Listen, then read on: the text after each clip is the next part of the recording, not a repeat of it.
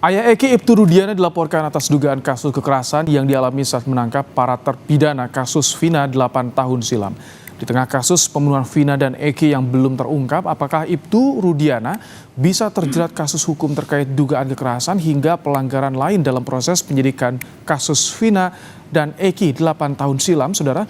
Kita akan bahas bersama dengan kuasa hukum terpidana Ruli Panggabean dan juga mantan Kapolda Jawa Barat periode 2016 Irjen Purnawirawan Anton Carlian dan Guru Besar Fakultas Hukum Universitas Jenderal Sudirman Hibnu Nugroho. Selamat sore Bapak-bapak. Selamat sore Pak Ruli, selamat sore Pak Anton. Baik, saya ingin ke Bang Ruli. Bang Ruli, jadi yang dilaporkan dugaan kekerasan ini, Ibtu Rudiana, bukti apa saja yang saat ini dimiliki oleh tim kuasa hukum juga oleh keluarga terpidana, Bang Ruli? Begini ya Pak, pemirsa sekalian, bahwa kasus ini sudah 8 tahun yang lalu, sudah begitu kusut.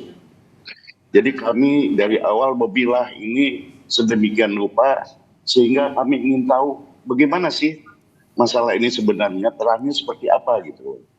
Oleh karena itu, maka dalam rangkaian yang sebelumnya kami lakukan pengujian terhadap apakah benar bohong atau tidak, ya kita uji saja melalui laporan polisi ini. Sebab ketika kita coba menghubungi juga sulit, tidak bisa kita berkomunikasi. Jadi terpaksa kami melalui laporan polisi ini. Nah, apa saja yang dilaporkan? Jadi kami menerima kuasa ini kurang lebih 2 bulan. Kami pelajari, kemudian hasil diskusi kami dengan para terpidana itu bahwa mereka mengalami tekanan-tekanan fisik.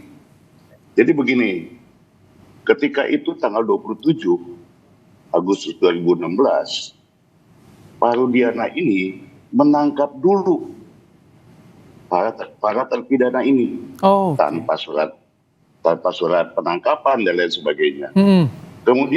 Kemudian setelah itu jam 19-nya dia baru melakukan laporan polisi. Ini yang kita ingin uji.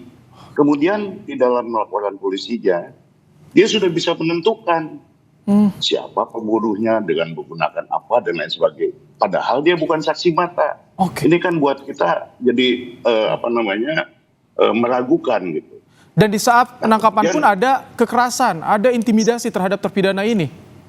Betul. Nah sekarang masalahnya Pak, apabila BAP atau pengakuan itu didapat dengan cara seperti itu, apakah itu sah? Itu pertanyaan kami. Padahal dia nggak punya hak sebagai penyidik dan lain sebagainya.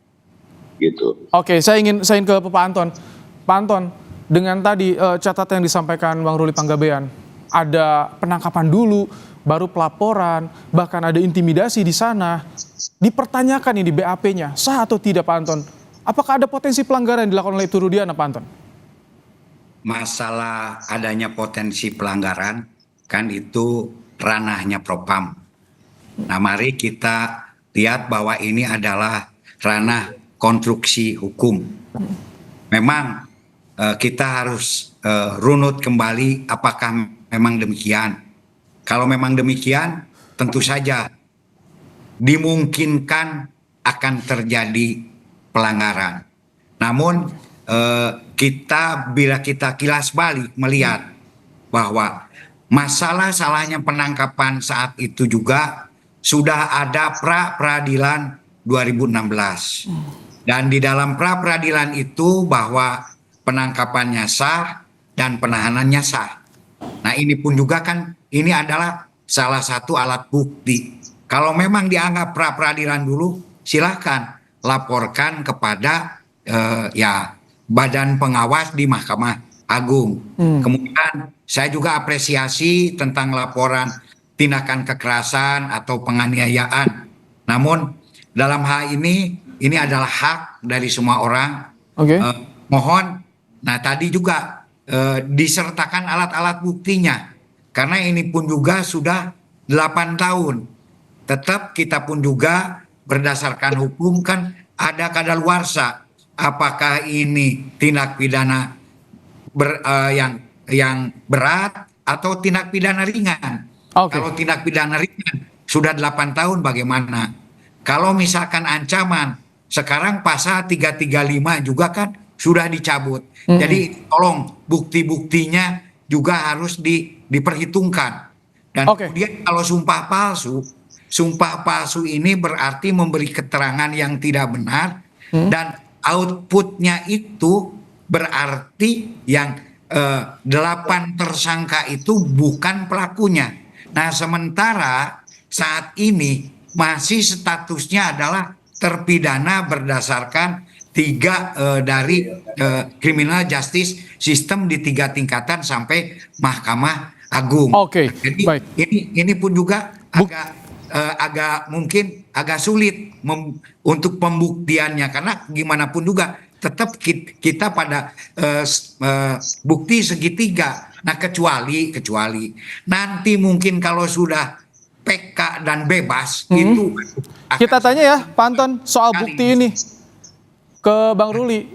Bang Ruli, bukti apa saja yang saat ini sudah dikantongi oleh tim kuasa hukum untuk meyakinkan? Karena di pra-peradilan 2016 sudah informasinya dan tidak tetap berlanjut.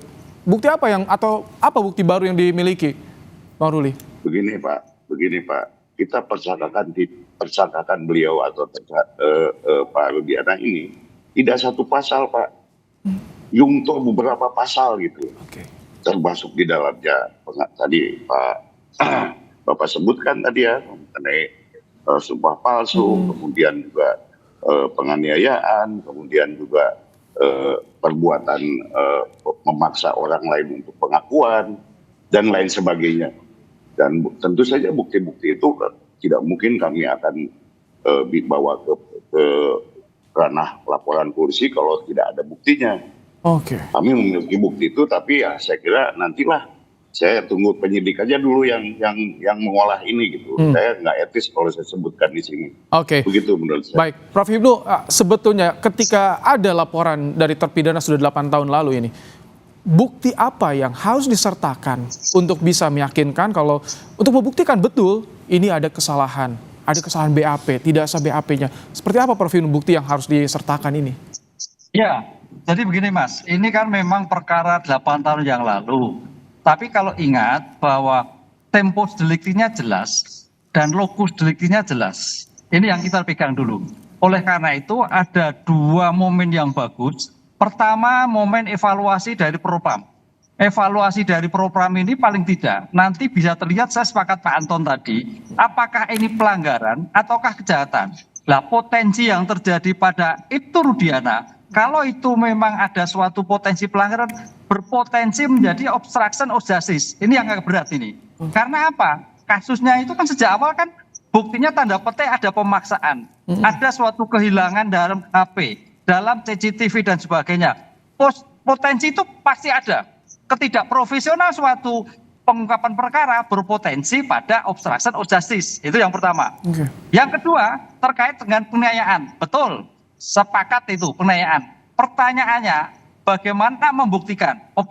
Dalam hal ini Mas, bukti scientific crime investigation kaitannya dengan kedokteran forensik sangat menentukan. Apakah 8 tahun dengan penganiayaan itu bisa terbuka? Insya Allah bisa. Karena jaringan manusia, jaringan tubuh, seandainya itu betul disampaikan oleh kliennya Pak Maruli tadi, saya kira itu suatu yang menentukan di mana letaknya, mana dan sebagainya. Tapi memang cukup lama, karena itu sudah 8 tahun. Nah, 2 hal itu, momen terkait dengan evaluasi Barreskrim itu menentukan potensi obstruction of justice, menghilangkan atau mengaburkan atau merekayasa sehingga sampai pada sekarang ini. Dan kedua adalah penilaian yang real berdasarkan pengakuan para terdakwa yang sekarang ini sudah ditangkap. Itu saya kira momen evaluasi untuk terjeratnya pada Ibtu Rudiana. Bang Ruli, sebetulnya yang jadi tujuan dari terpidana ini, apakah ingin memproses hukum Ibtu Rudiana, atau tak hanya itu, ada juga soal adanya eksaminasi di peradilan sebelumnya? Begini Pak, ini kan kita pilah-pilah dari awal rangkaian peristiwanya. Sehingga kalau misalnya ini, saya tidak berani, misalnya salah satu dari 3 yang kita persangkakan ini terbukti, maka cerita dakwaan itu menjadi kabur. Nah, itulah yang akan mungkin salah satunya, dan tentu saja kita akan lihat soal kekeliruan hakim dan lain sebagainya dalam memutuskan perkara ini gitu. Jadi ya memang butuh waktu, Pak. Saya juga nggak berani untuk memastikan minggu ini atau minggu depan, tapi kita hati-hati karena ini menyangkut nyawa manusia. Saya juga tidak mau sembarangan dalam membuat memori PK ini kalau tidak sertai bukti yang jelas dan bisa dipertanggungjawabkan. Oke. Jadi itu adalah rangkaian dalam saya membuat atau mengumpulkan bukti. Pak Anton, dari terpidana yang mencari keadilan, ada harapan juga jika 3 laporan ini salah satunya jadi tersangka, artinya harus ada eksaminasi, dakwaannya itu yang menjadi kabur. Bagaimana Anda sebagai mantan Kapolda Jawa Barat melihat ini? Ya, saya kira karena ini sudah menjadi satu peristiwa criminal justice system, jadi bukan hanya polisi saja ya, karena sudah di tingkat Mahkamah Agung, ada jaksa, ada hakim. Kalau memang ini dianggap kekeliruan, ya perlu ada eksaminasi. Bahkan bukan eksaminasi biasa, tapi ini eksaminasi khusus, karena sudah menjadi perhatian publik. Apa betul dulu tuntutannya? Apa betul keputusan daripada hakim dari mulai tingkat pertama sampai tingkat terakhir. Nah, ini pun juga apabila memang misalkan ada kekeliruan di salah satu tingkat saja akan menjadi salah satu bahan juga untuk nanti PK Bung Ruli gitu kan. Oh, ini adalah salah satu. Nah, justru ini ya harus simultan, semuanya harus bekerja sama gitu kan. Sehingga di sini pun juga ketika bergerak pun juga ada bahan-bahan dasar yang memang bisa dijadikan satu alat bukti, karena salah satu kekeliruan di dalam keputusan atau kekeliruan perilaku dari aparat penegak hukum ini pun juga bisa dijadikan salah satu dasar untuk mungkin untuk PK atau alat bukti yang menguatkan. Jadi eksaminasi ini saya kira cukup penting, dan kalau di tingkat penyidikan ya audit penyidikan. Tadi juga betul kalau memang ini apakah ini pelanggaran, apakah ini kejahatan. Nah, ketika laporan kan tentu saja diadakan penyelidikan dulu, penyelidikan oleh tim serse ini. Nah, ini apakah sudah masuk ranah pidana atau tidak, walaupun pasalnya tadi berlapis, ada penganiayaan, ada tindakan kekerasan, ada sumpah palsu. Mari kita runut pasal per pasal. Nah, justru di sini ya saya sebagai mantan penyidik, kalau mau membuka kasus yang sudah lama itu salah satu kesulitannya adalah alat bukti. Makanya di sini tolong dipersiapkan betul alat bukti yang betul-betul bisa meyakinkan para penyidik. Nah, visumnya saat itu bagaimana gitu kan. Tapi Pak Anton, kalau misalkan tadi yang disampaikan oleh seperti Pak Anton, tadi yang disampaikan oleh Bang Ruli ketika Anda mantan penyidik, ketika betul ditemukan bahwa ada penangkapan dulu baru pelaporan, itu betul ada dugaan pelanggaran kalau seperti itu terjadinya? Masalah itu penangkapan ini ketika di dalam KUHAP ya, bukan dari Sekep Kapolri. Apabila diyakini ada 2 alat bukti yang sah, siapapun juga, jangankan penyidik, masyarakat saja. Nah, kemudian dikuatkan oleh penyidik bahwa memang ada alat bukti yang sah dan dia pelakunya, ya yang mengujinya kan saat itu harus pra-peradilan. Ternyata saat itu diuji ke pra-peradilan, pra-peradilannya tidak dikabulkan. Tapi kalau saat itu dilaporkan ke Propam bahwa adanya penyalahgunaan kekuasaan dan lain-lain, ya mungkin lain lagi. Apakah saat itu pun juga dilaporkan tidak ke Propam, dan bagaimana hasilnya yang obstruction of justice. Itu makanya di sini salah satu alat ukur kan kita apapun juga, karena ini adalah ranah penegakan hukum, ukuran-ukurannya juga ya ranah-ranah penegakan hukum yang sudah ada gitu kan. Baik, kami tangkap. Prof Hipnu, dengan adanya laporan ini, jika misalkan arahnya ingin berharap membatalkan status hukum dalam terpidana ini, apakah akan terpisah eksaminasi ini karena menunggu PK, atau bisa beriringan, Prof Hipnu? Ya, sebagai bentuk pertanggungjawaban itu orang kan begitu kan. Oleh karena itu dalam hal PK ya orang per orang. bagaimana keterlibatan orang tersebut dari 7 itu tersebut. Tapi nantinya sebetulnya kalau itu merupakan rangkaian penyertaan, kalau memang sama sekali tidak ada kaitannya suatu perbuatan, ya bebas semua. Makanya kita tunggu dulu PK dari Tata ini yang akibatnya berakibat pada semuanya. Tapi pertanyaannya gini Mas, apakah iya seperti itu? Ya,